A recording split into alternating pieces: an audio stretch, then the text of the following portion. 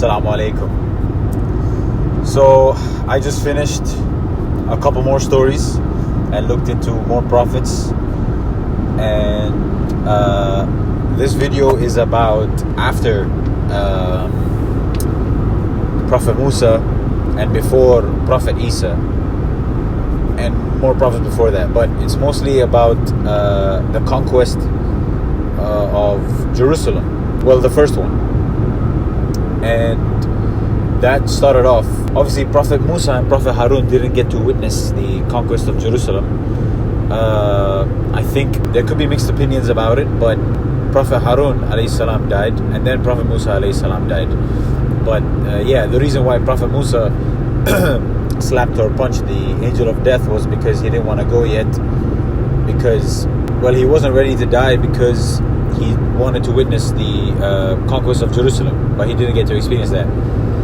So this is all I know. May Allah guide me to the truth, or may you guys even correct me in the comments if there's anyone watching. So there are opinions that the next prophet was the apprentice of Prophet Musa, which was Prophet Yusha or Joshua, Yusha ibn Nun. And so he was responsible for the next generation of Bani Israel. Basically, he was the one making the next army and leading the next generation of Bani Israel as the last generation of the bad, arrogant ones in Prophet Musa's time, as they, got, they died and they moved on or whatever. The next generation was led by Prophet Yusha, and so he led them towards the conquest of Jerusalem, and they succeeded. But then a bunch of wars broke out and stuff, as the ones who they got victory over were the Canaanites. And so the Canaanites obviously wanted Jerusalem back, and the Babylonians as well were in wars with the Bani Israel. So there were just wars non-stop and stuff. And then eventually Prophet Yusha died, and so over time there were more prophets, which the Quran doesn't talk much about, and we don't have much evidence to say who were prophets. But there are opinions that these pious men could have been prophets, which were Hizkil and Uzair. But then there was one more prophet. The prophets were not necessarily kings or rulers, they were just prophets. And eventually Bani Israel needed a king, and they also needed leadership, and they needed to win and get back Jerusalem. And so they asked the current prophet, which was unnamed in the Quran, but some people are saying that it's Samuel or Shamuel, or yes, Samuel. So they asked the prophet to appoint a king, and he basically with the guidance of God, he told them to go for King Talut, which is, I think, Saul. And they were hesitant, but then they ended up getting it, especially because Allah provided them with the Ark of the Covenant again, which they would use for their battles, and they would use for security, and they would use for reassurance and things like that. And they would also use to win battles and stuff like that.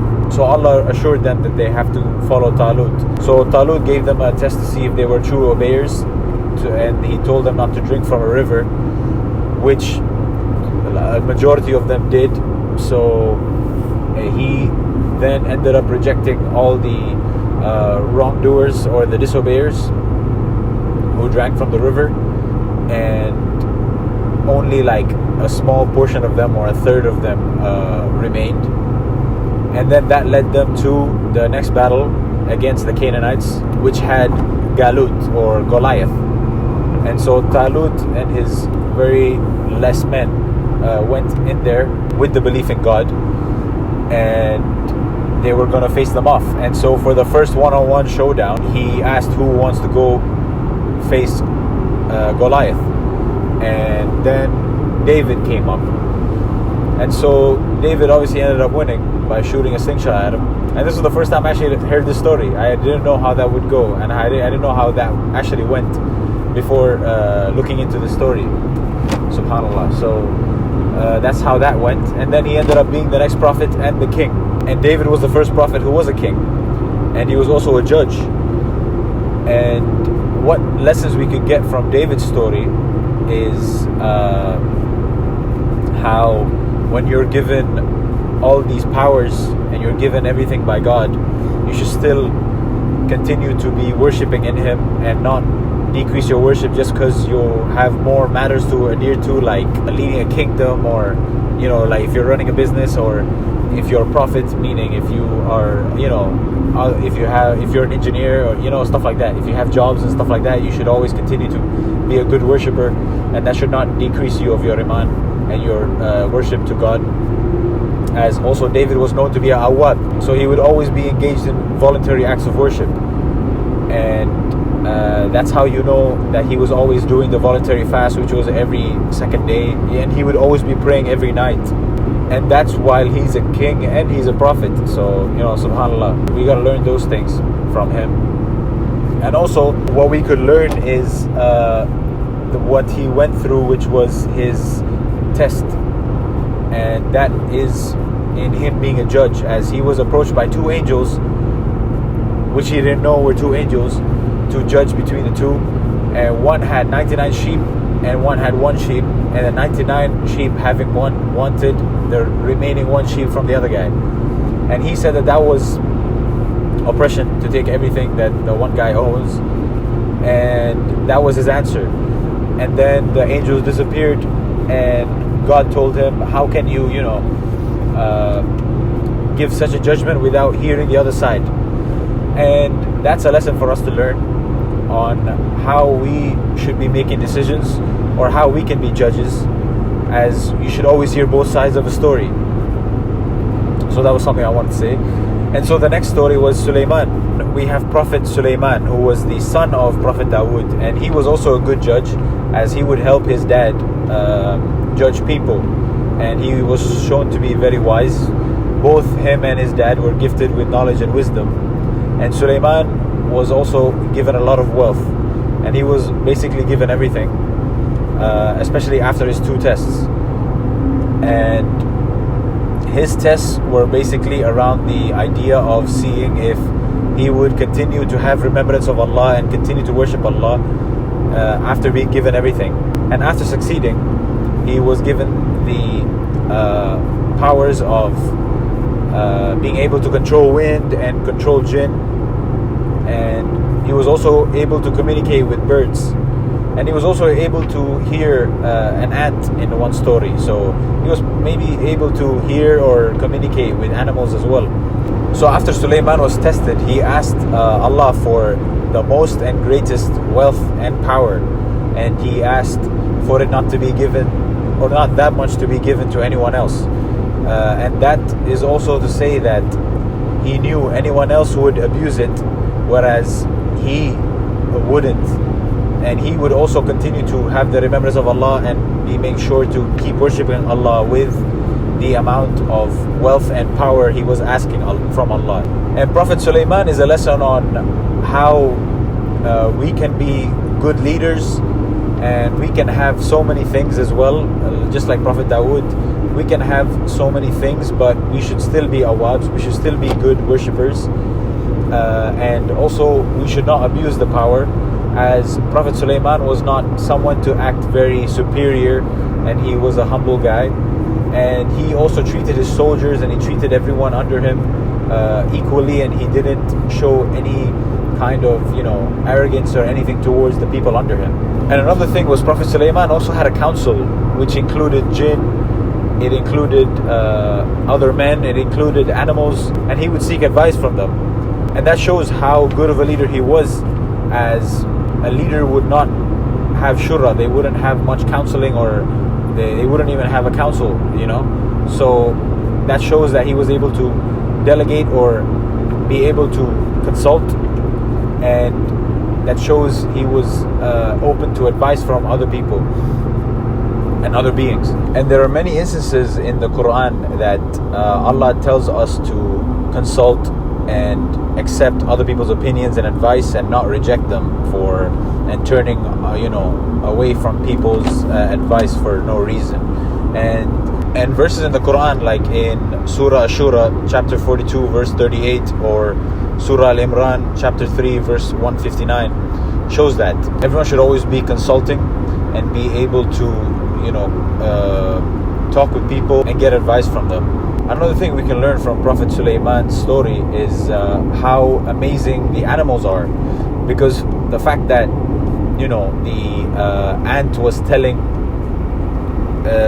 its friends or family and warning them that Prophet Sulaiman and his people were approaching them and were looking out for their own safety, and the fact that Prophet Sulaiman was communicating with birds, and how Prophet Sulaiman told the birds to cast a shadow on them, and also the fact that animals were in the council of Prophet Sulaiman. And also among the other stories in the Quran having to do with animals like the bee or the spider, this all shows the amazing creations of Allah, and it also shows how animals are very smart, and just because they're animals or they can't speak, it doesn't mean that they just exist and we should not think about how smart they are. One interesting thing that Bilal Asad talked about with this story is how Prophet Sulaiman got the blessings, but he still worshipped. And also he used this to say how people may get blessings from Allah and think that it's a blessing, or people who don't get blessings from Allah think that it's a curse, and vice versa as well. People who don't get a blessing think that it's a blessing, and people who get blessings think it's a curse, when we should not be thinking about anything like that. As we shouldn't be thinking something good has happened because I did something, or something bad happened because I did something, or something good or something bad happened because I didn't do something, kind of thing. We don't know ultimately Allah's plans, and we don't want to think of things to be transactional in the religion as well. So that's another good lesson there. And that's also the way life is, as both good things and bad things are tests. Whether that you deserve them or you don't, you get whatever you get from God because He willed it for you. He may not give you more than what you can bear. And so another thing is that this life isn't gonna be easy and straight. It's gonna be like a roller coaster. There's gonna be ups and downs. So you should continue to have faith in God and hope in the mercy of Allah. Whether you get good things or bad things, it shouldn't change your worship, and it shouldn't change your faith. You should continue to do the things that you're doing when it comes to worshiping God. And you should always want to continue asking, if you have a lot of things or if you barely have anything, but not because you want to worship more, as He gives you more. So Allah puts you through a lot of tests, whether they may be good or bad tests with good or bad things. The purpose of them is to make you reflect and think why you have these things, and be appreciative or be mindful of the situation or the things that you have been given, and continue to worship in Him.